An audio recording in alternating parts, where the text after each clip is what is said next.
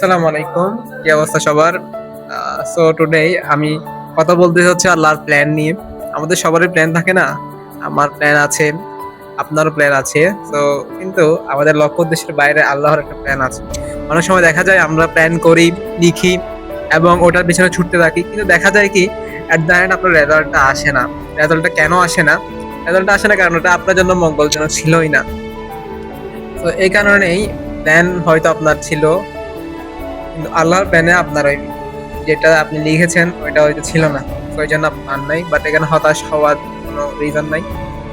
হয়তো জিনিসটা আপনার জন্য মঙ্গলজনক ছিল না বিধায় আপনি পান নাই। এক্ষেত্রে কি করা উচিত? আমাদের লেগে থাকা উচিত। আই হোপ যে জিনিসটা যেহেতু আমরা চেয়েছি ইনশাল্লাহ শীঘ্রই পেয়ে যাব। তো এটাই আমি বলতে চাচ্ছিলাম। তো এট দ্য এন্ড আজকে ছোট ভিডিওটা আমি এটাই বলতে চাচ্ছিলাম। আমাদের প্ল্যান থাকবেই কিন্তু আল্লাহর প্ল্যান আরো অনেক বড়। ঠিক আছে, আসসালামু আলাইকুম।